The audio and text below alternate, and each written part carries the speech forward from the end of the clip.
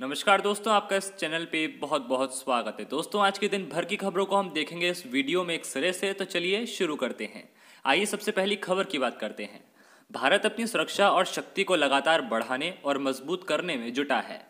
अब समुद्र में भारतीय नौसेना की ताकत और बढ़ गई है, क्योंकि भारतीय नौसेना को गुरुवार को 5वीं स्कॉर्पियन श्रेणी की पनडुब्बी मिल गई है, जिसका नाम आईएनएस वागीर रखा गया है। रक्षा राज्य मंत्री श्रीपाद नायक ने वीडियो कॉन्फ्रेंसिंग के माध्यम से मुंबई के मझगांव डॉक पर आईएनएस वागीर को लॉन्च किया, जिसके बाद इसे देश की सुरक्षा के लिए समुद्र में उतार दिया गया। खास बात यह है कि इसे प्रोजेक्ट 75 के तहत बनाया गया है। मझगांव डॉक शिप बिल्डर्स के प्रोजेक्ट 75 के तहत पनडुब्बियों के लिए तकनीक ट्रांसफर पर फ्रेंच सहयोगी और वहां की नौसेना के साथ मिलकर यह कंपनी काम कर रही है। 23,000 करोड़ रुपए से अधिक की कीमत पर यह सौदा दोनों देशों के बीच हुआ था। बढ़ते हैं अगली खबर की तरफ। भारत में कोरोना का कहर अभी भी जारी है। इसी बीच वैक्सीन भंडारण एक प्रमुख चर्चा का विषय बना है। यह भी बताया जा रहा है कि वैक्सीन वितरण पर रणनीति बनाने की जरूरत है, लेकिन एक ऐसा कारण सामने आया है जिसकी वजह से भारत में वैक्सीन का भंडारण एक बड़ी चुनौती है। दरअसल हाल ही में अमेरिका स्थित दिग्गज फार्मा कंपनी फाइजर ने ऐलान किया कि उनकी वैक्सीन ट्रायल में 90% से ज्यादा कारगर रही है। भारत में वैक्सीन की उपलब्धता को लेकर स्वास्थ्य मंत्रालय ने प्रयास शुरू कर दिए, लेकिन वैक्सीन के भंडारण पर पेंच फंस गया।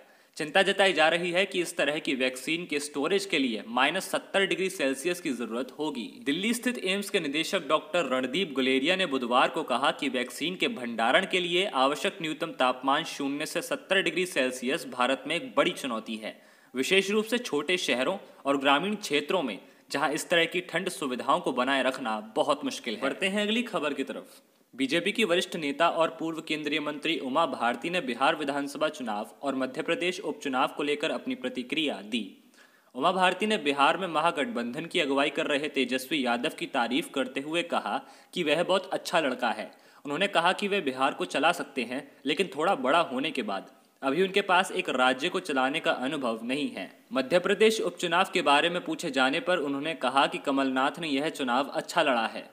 हो सकता है कि अगर वह अपनी सरकार अच्छे से चला पाते तो यहाँ इतनी दिक्कत नहीं आती। वह सभ्य आदमी है, मेरे बड़े भाई जैसे हैं। उन्होंने यह चुनाव बहुत ही चतुराई से लड़ा। बढ़ते हैं अगली खबर की तरफ। विश्व स्वास्थ्य संगठन के प्रमुख टेड्रोस एडनोम ने बुधवार को प्रधानमंत्री नरेंद्र मोदी को कोवैक्स के प्रति उनकी प्रतिबद्धता और कोविड-19 वैक्सीन बन जाने पर दुनिया भर के लिए उसकी उपलब्धता की बात करने को लेकर धन्यवाद दिया। उन्होंने एक ट्वीट में लिखा कि मैंने कोवैक्स के प्रति मजबूत प्रतिबद्धता और कोविड-19 वैक्सीन को ग्लोबल बनाने के लिए प्रधानमंत्री नरेंद्र मोदी को धन्यवाद दिया। यह महामारी दुनिया के लिए एक अभूतपूर्व चुनौती है और हमने इसे खत्म करने के लिए कंधे से कंधा मिलाकर लड़ने की सहमति जताई है। बढ़ते हैं अगली खबर की तरफ। अमेरिकी राष्ट्रपति डोनाल्ड ट्रंप बुधवार को अमेरिकी चुनाव के बाद पहली बार पब्लिक में नजर आए। अमेरिका में 11 नवंबर को वेटरन्स डे यानी कि सेना के देश की सेवा कर चुके जवानों को सम्मान देने का दिन मनाया जाता है। बुधवार को ही उन्होंने फिर चुनाव में अपनी जीत और डेमोक्रेट्स की तरफ से बैलेट्स के साथ छेड़छाड़ का आरोप लगाया। हालांकि दुनिया भर के विश्लेषक, विश्व के नेता, अमेरिकी चुनावी अधिकारी और अमेरिकी मीडिया के बीच सहमति है कि 3 नवंबर को जो वोटिंग हुई वो पूरी तरह से निष्पक्ष थी और फ्रॉड के आरोपों का आधार नहीं है। बढ़ते हैं अगली खबर की तरफ। अयोध्या में श्री राम मंदिर के भूमि पूजन के बाद इस बार की दिवाली को और ज्यादा खास बनाने की तैयारी है। अयोध्या दीपोत्सव को लेकर सारी तैयारियां पूरी हो गई हैं। 11 नवंबर से ही दीपोत्सव की शुरुआत हो गई है। राम की पौड़ी पर भव्य दीपोत्सव कार्यक्रम 13 नवंबर को आयोजित होगा। राम जन्मभूमि परिसर में पहली बार 11,000 से ज्यादा दीपक जगमगाएंगे। वहीं राम की पौड़ी पर 5.5 लाख दीपक जलाकर नया विश्व रिकॉर्ड बनाने की तैयारी है।